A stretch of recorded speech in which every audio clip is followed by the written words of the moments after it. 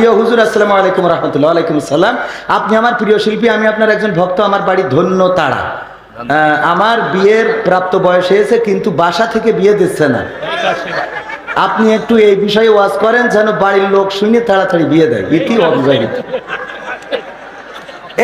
এ তো বড় বিপদে আছে। তবে টেনশনের কিছু নেই, আমার নেতা এখানে আছে। বিএনপি ক্ষমতায় এলে রাষ্ট্রীয়ভাবে বিয়ে দেওয়া হবে। রাজি তো নেতা সাহেব? দেবেন তো? আবার যেন বিয়ের সময় বললেন না যে টাকা নেই। আপনার দোষ এখন তেমনি কেন হচ্ছে, কানে আবার বেড়া ভেঙবে না? বেড়া ভেঙে এসে আবার তাহাজ্জুদে যায় নামাজে বসে। বসে যদি লোকজন এসে কয় তুই না বেরোলি ভাবির ঘর থেকে, কয় না আমি তো তাহাজ্জুদে যায় নামাজে ছিলাম। তবে আছে তোর স্যান্ডেল তালি ভাবির খাটের তলে কেন আছে? না নাই তুমি পীর সাহেব স্যান্ডেল